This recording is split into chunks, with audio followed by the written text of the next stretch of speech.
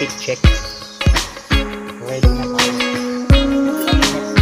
Punta na tayo din. Naninibago sa bola. Okay. Hindi na tayo makakagustad ng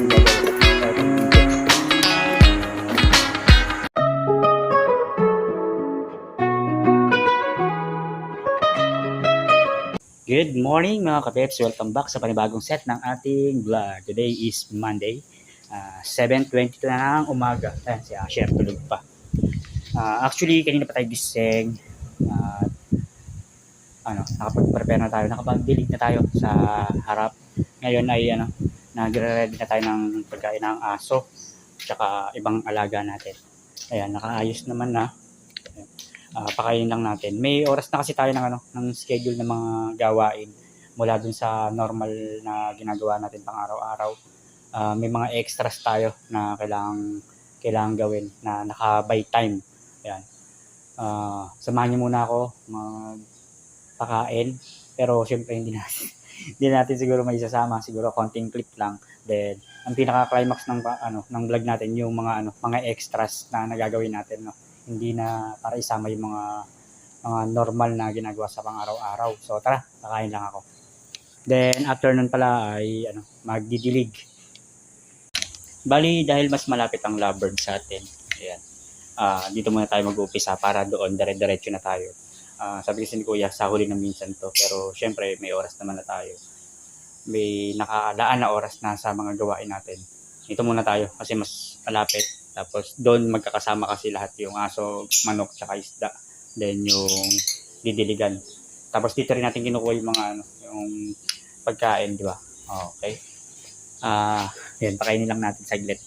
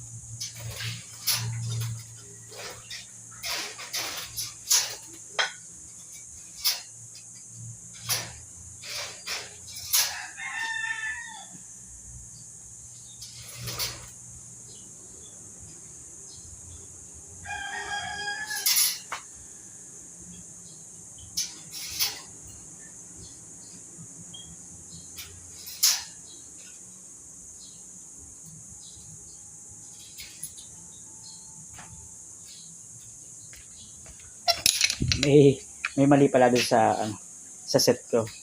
Kanina kasi, di ba sa intro ko, sinabi ko na inayos ko yung pagkain ng aso, manok at isda. Tapos ngayon, sabi ko dito kasi kinukuha yung pagkain ng manok at isda. Dati kasi dito talaga nakalagay yung pagkain ng manok at isda sa pwesto na to, diyan nakalagay. Ngayon, kinuha ko na or sinama ko na dun sa pagkain ng aso para isang hakotan na lang pagtas ko mag-delay. Yun. Kaya lang nga pala inuuna ko to kasi nga mas malapit para dire-diretso na hindi na ako papasok dito para ibalik yung pagkain nila nung isda at manok doon na sa barracks, di ba? Pagtas ko magpakain at mag-delay. Okay. Time check tayo. As always, time check. 7:54 na. Medyo madilim. At napakain na natin yung mga alaga natin, no? At naisama na rin natin yung paglilinis ng dumi ng aso. Basta 8 to 9 na tayo, delay, tapos linis ng walis-walis, ganun. Sama natin yung sa 8 to 9, tapos 9 to 11 yung mga climax na gagawin natin or yung mga extra na gagawin natin, no. At ayan, ni-ready ko lang or binalik ko lang yung mga pagkain ng mga alaga natin. Tapos prepare na tayo ng pagdidilig. Nagkapalit kasi ang nakalagay na schedule ko 7 to 7:45 ang pagpapakain ng aso. Pero syempre, nalinis naman na natin yung dumi.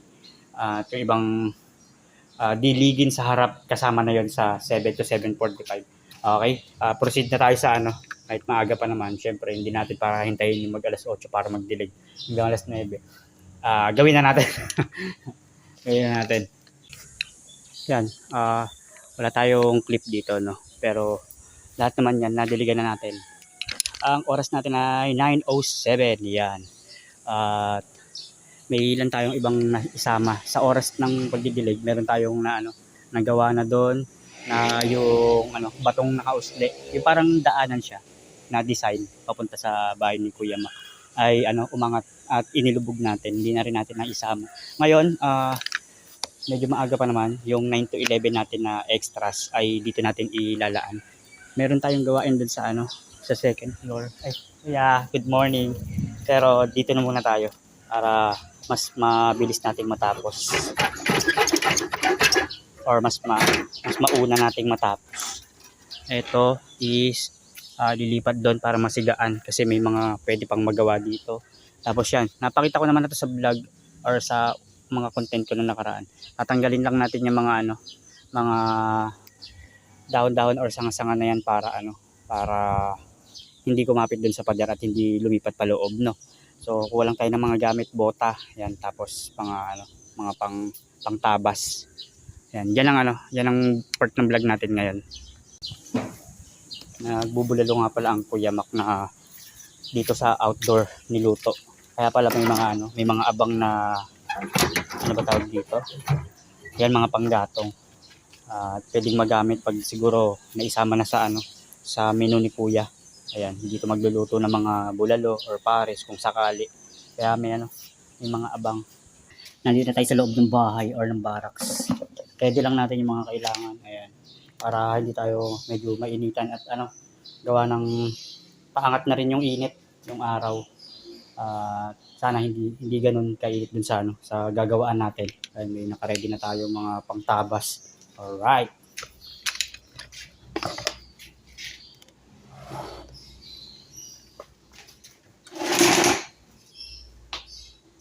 3D lang mag-ready.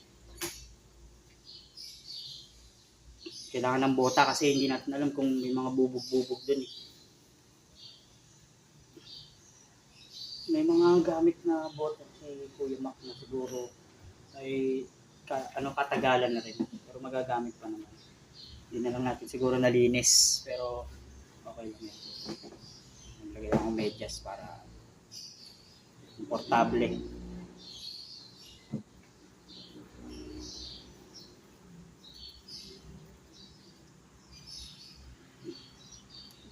Baka hindi na natin pahabain yung vlog gawa ng hindi pa rin tayo nakakapag ng wifi. Nagtitingin-tingin pa kasi nga kailangan pala naka-address tayo dito pag magpapagawa ng ganun. Parang taunan. Yan, sana makadiskarte. Si Kuya Mac meron ditong wifi na ginagamit. Para dun sa kasi CCTV syempre para rin, para mapangalagaan yung lugar na pwesto niya. Diba? Tsaka dito sa area. Titignan natin kung kasi nakausap ko siya. Titignan natin kung makapagpakabit ba tayo or sabi niya maghati na lang. Siyempre isang device naman yung gamit natin. Isang cellphone. Okay na rin siguro yun na kung sakali lang na makipaghati. Nasa 1.5 yata yung bayarin niya. Okay lang naman siguro yun. Nasa 1 month naman na magagamit. Diba? Okay, ready lang ako. Outfit check. Ayan. Ready na tayo. Hindi mainit. Ayan, punta na tayo doon. Nangingibago ko sa bota. Okay, doon na tayo mag-start ang gagawin or mag-video. Ito lang problema. Hindi ko alam kung saan tayo magpapatong ng cellphone para may content or masama sa video, no. Kasi walang paglalagyan, lalo't sabi ko nga yung tripod ko is medyo maigsi lang yung patungan. Pero gagawa natin ng paraan. Ayan, tatabasin ito, tsaka yan, yung nasa pader na yan. Alright, umpisa na tayo. Ang hirap gamitin ng bota or hindi talaga tayo sanay siguro. At matigas. Medyo matigas siya. Okay. Saan ba tayo pwede magpatong? Oh, wait lang, hanap tayo ng pagpapatungan. Nakapasok na tayo dito sa loob. Ayan. Hindi natin kabisado yung lugar na to or itong pwesto na to. Sana walang walang ahas or walang kahit no. Wala lang pagpapatungan. Medyo mainit din sa pagpapatungan natin. Oh. Sana may pwesto. Walang pwesto. Sana hindi mauga. Kita ba?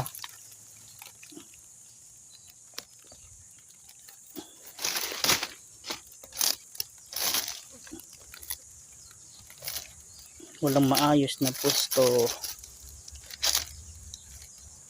Saglit lang. Walang maayos na pwesto.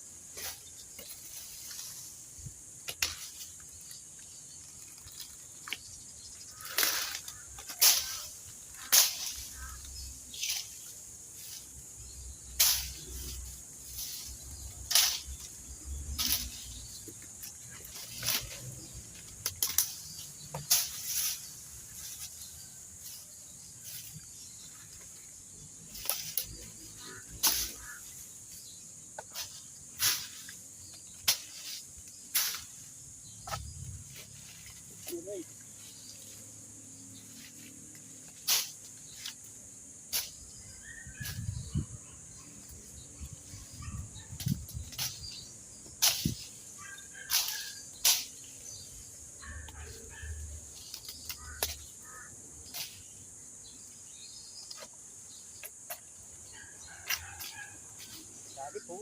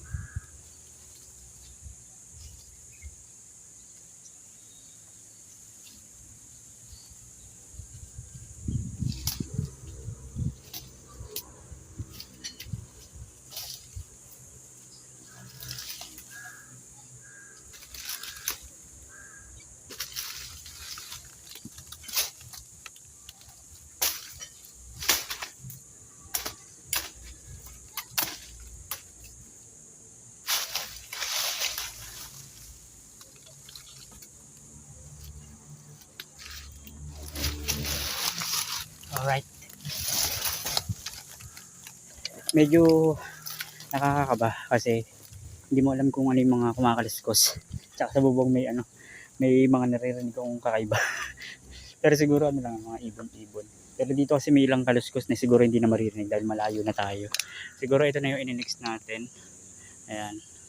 At dito, yan. Yan yung mga lilinisin, iakit doon para masigaan. Yan, medyo mainit yung yung cellphone. At mainit yung pagpapatungan, yung mga pinagpapatungan. Ito na lang naman yung gagawin natin. Siguro i-video na lang natin or pakita natin pag natabas na. Wala tayo maayos na patungan ng ng cellphone. Alright. Pagod. Pawis. Ayan, kung mapapansin nyo, ayan, hindi na siya tulad kanina, maliwalas na dito. Yan nga lang, talagang sentro ng init. Kanina hindi makulimlim, pero yung natanggal na natin, lumiwanag. Yan nga lang, talagang nainitan. Dapat kukuha na ko siya ng clip habang ginagawa. Tulad yan ang sabi ko, mainit yung cellphone, tsaka wala tayong pagpapatungan. Tsaka siwi ang palad, bumitaw na yung natin, yung gamit. Siguro katagalan na rin. At meron naman tayong isang gagamitin dito, yung itak. Kunin lang natin. Alright. Okay. Tapos tabasin natin yung iba. Halos okay naman na. Babawasan lang natin. Tapos dito na tayo sa sunod. Iaangat doon.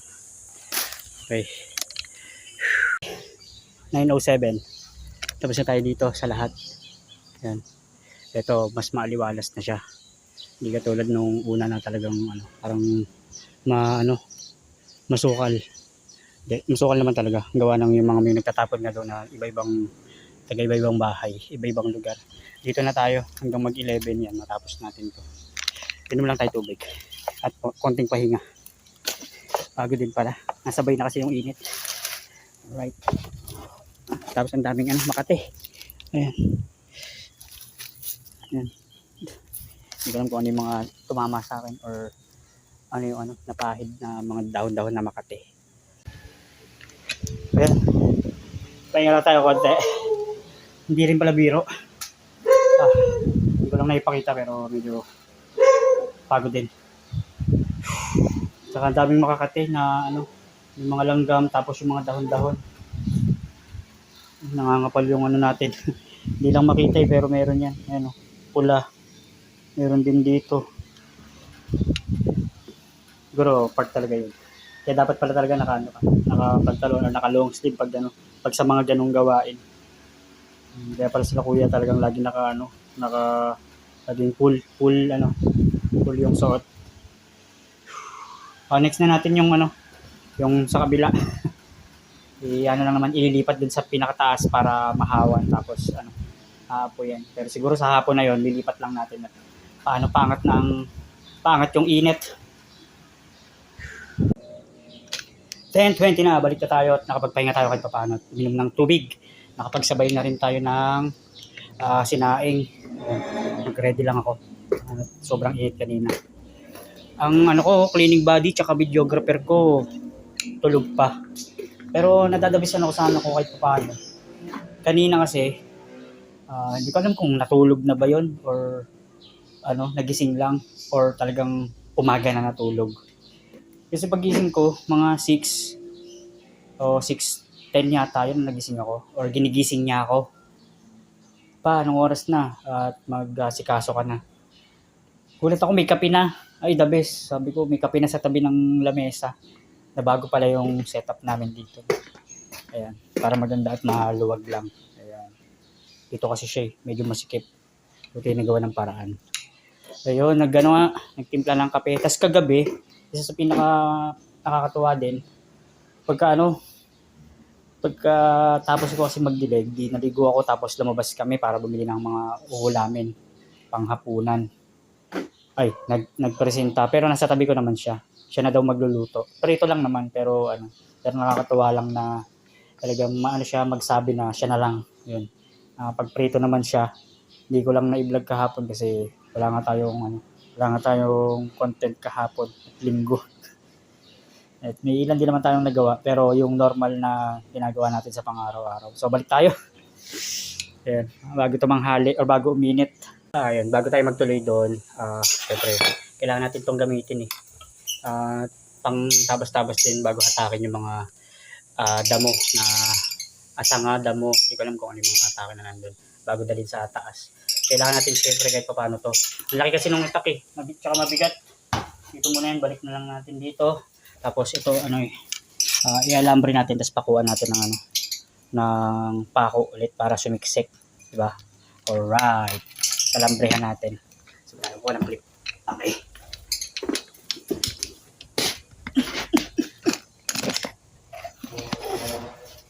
Alright.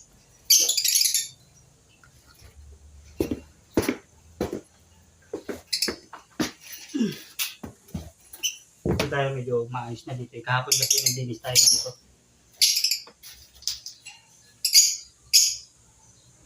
Inaisiksik na pala siya ng Kuya Mac kanina. Medyo mahigpit na. Siguro dagdagan na lang natin.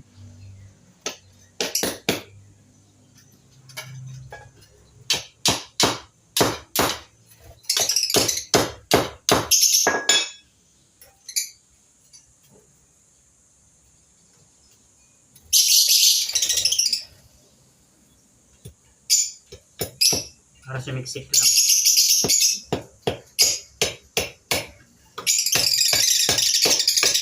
Ay! Lumitaw. Hindi kinaya ng powers.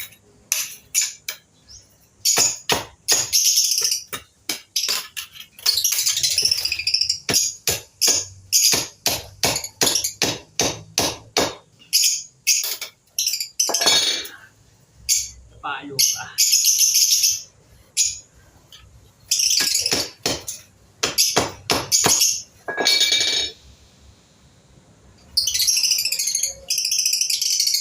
So siguro kung hindi natin tatanggalin, may alambre siyang nakaabang or na sa loob. Dito na lang din sa labas para hindi tayo mahirap pa magbilot-bilot. Okay.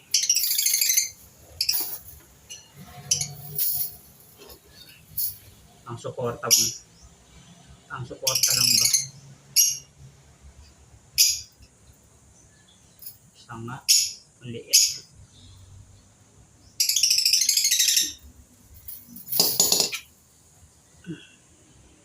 Buti hindi pa naputol. Maiksi pala yung gawa ko.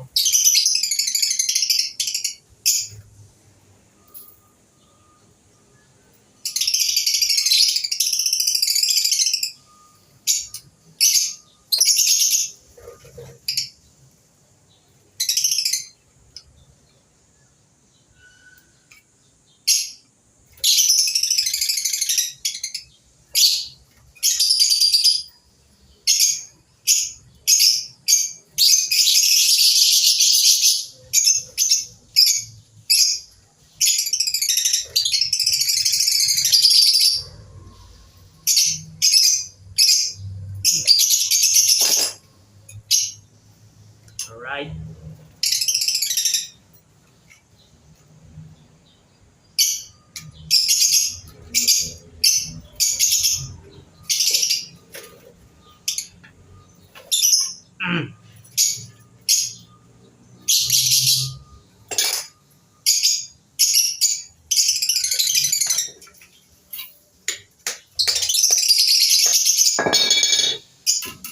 Haba na dito.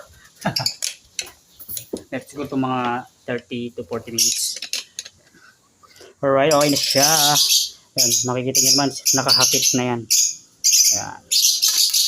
Okay, balik na tayo dun sa balik na tayo dun sa taas. Okay, balik sa dating pwesto. Medyo mainit pero saglit lang naman siguro to. Ito lang naman iangat doon. Ulit-ulit si Pepe. Ayan, meron tayong dalang gloves. Nakakuha tayo dun sa sa pwesto ni Kuya Mac. At para kahit paano hindi makati kasi syempre iba-iba yung mga makikita natin or mahahawakan natin. At pala dalawang gloves. Titignan natin kung mayroon. Manghingi tayo kay Kuya Mac. Ayan. Ang hirap kumuha ng clip at mainit. Kanina nag-overheat yung cellphone. Hindi ako makapag content or hindi tayo makakuha ng clip dito sa sa baba yung sa ginawa natin. Okay? Masyado na mahaba ang kwento. Tuloy ang trabaho. Nakakuha tayo ng ano, ng kulimlim na pagpapatungan. Pero hindi natin alam kung mahagip tayo. Dito kasi kukuha tayo doon, tapos lalagay natin dito. Dito na tayo sa ano, ayan, sa makulimlim maglagay ng cellphone. Kita ba? Ayan. Tumatakbo na. Paputol na naman yung ulo natin dyan.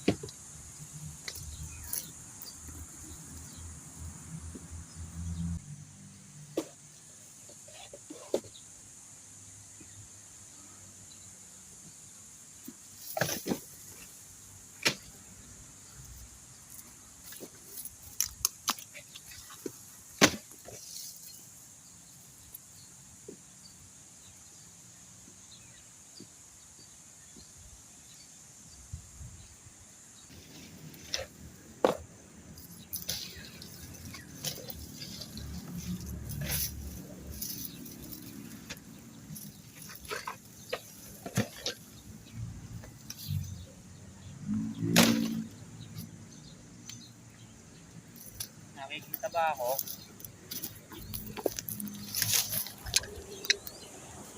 Ayan, yan yung mga nagawa natin. Pero may duligtong pa syempre. Or may kukunin pa. Mahaba-haba pa yun. Medyo mainit talaga pero kailangan natin tapusin. At mamaya magpapahinga naman na tayo. Okay? Siguro putol muna dito. Tapos sa ibang part na lang pag medyo patapos na tayo or may magandang kuha ng clip. Ayan, angat na yung araw. 11:04 na. Ayan, nahawa natin yung iba. Pero hindi pa totally. Kailangan pala matanggal lahat yan. Pati yung mga basura. Ayan. Problema, wala tayong gamit na panghakot. Siyempre hindi natin alam kung ano yung mga pwede natin mahawakan dyan. Para makakuha ng gamit. Pagod. Ito na yung mga nahakot natin. Ayan. 11:04. Papaalam muna tayo siguro para makapagpahinga. At balikan na lang natin. Hindi rin biro pala. At mamaya sigurong hapon natin ito sunugin. Okay. Ang purpose pala para matanggal din yung ibang mga nandun kasi napapamahayan din ng ano ng ibang damo o ibang halaman yung ano yung pader. Ayun yung purpose ang sinasabi ng Kuya Mac. Kailangan lang magkaroon ng daanan pero ito tatanggalin din kasi baka daw pag nag-ulan aabuti ng baha. Diba matatambak, may ipon. Ay, grabe. Okay, mamaya na lang. At nakabalik na tayo ng barracks. Pahinga lang tayo konti. Masyadong nasagad. Wala tayo ibang napakitang clip dun sa pangalawang ginagawa natin. Pero okay lang. Basta napakita naman natin na may nagawa tayo. At alas 11 naman na magtatanghali na. Nakapag-prepare na tayo. Nagpaalam na tayo para makapagpahinga. Ayan. Medyo mahaba rin tong part ng vlog na to. Siguro dito na muna natin tatapusin. Hindi na natin makukuha na ng clip yung para mamaya kung sakaling pagtapos ng break time. Tutuloy na lang natin siguro or papakita natin sa mga susunod pag may sunod na vlog na tayo. Magpapaalam lang muna tayo. Sorry, pagod. Ayan. Maraming salamat sa mga sumusuporta at susuporta pa. Lagi po tayo mag-iingat. God bless po and bye-bye muna.